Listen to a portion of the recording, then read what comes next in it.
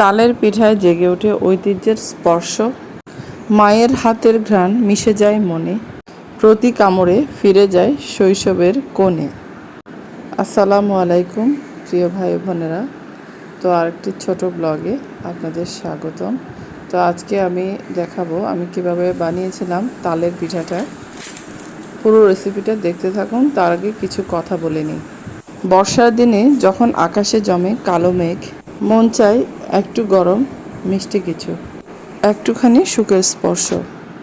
তাল পাকা গন্ধে ভরে ওঠে উঠোন, আর আমি তখন রান্নাঘরে মায়ের পুরনো রেসিপি হাতে, হাঁড়িতে তালের রস আর মন জুড়ে শৈশবের পিঠার খোঁজ। চলো আজ বানাই মায়ামাখা সেই তালের পিঠা, যা শুধু মুখে নয় হৃদয়ে লেগে আছে।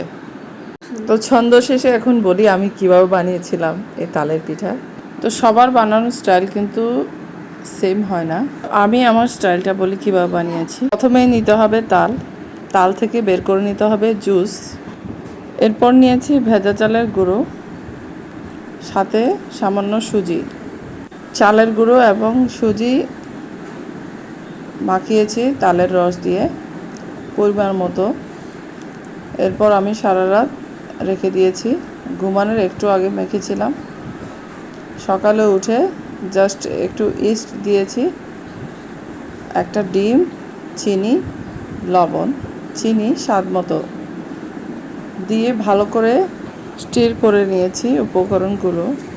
অন্যদিকে নারকেলকে কিউব করে কেটেছি পিঠাতে দেওয়ার জন্য।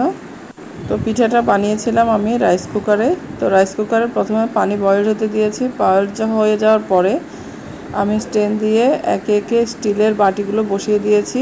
অনেকে এখানে কাঁঠাল পাতা দিতে পারে। কাঁঠালের পাতা দিয়ে কিন্তু পিঠাগুলো অনেক সুন্দর হয়, কিন্তু শেপটা দিতে হবে কোন আইসক্রিমের মতো।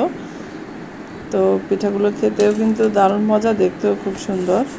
তো একে একে সব দিয়ে উপরে নারকেলগুলো আস্তে আস্তে স্প্রেড করে দিয়েছি।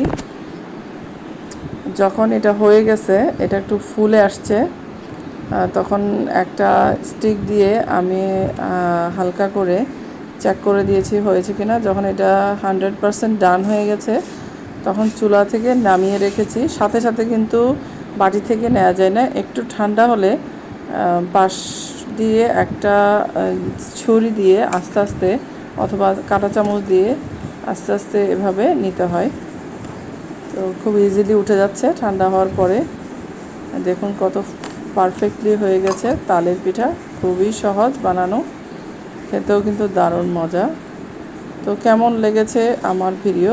আপনাদের সবার দাওয়াত, চলে আসেন, তালের পিঠা বানিয়ে খাওয়াবো। ভালো থাকবেন সবাই।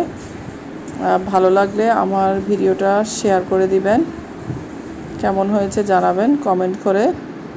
সবার জন্য শুভকামনা রইল।